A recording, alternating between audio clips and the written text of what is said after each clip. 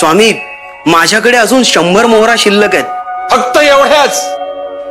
बाकीच्या मोहरा काय केल्यास? स्वामी, माझी गरज तेवढीच आहे.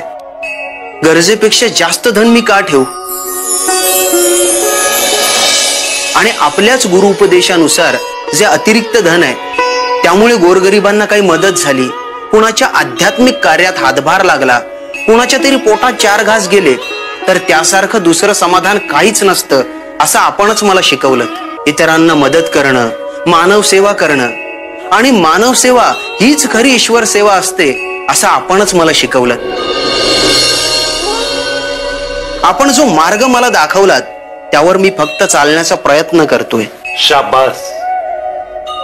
हेच विचार तुझ्या जीवनात, तुझ्या वर्तणुकीतूनही दिसून देतो.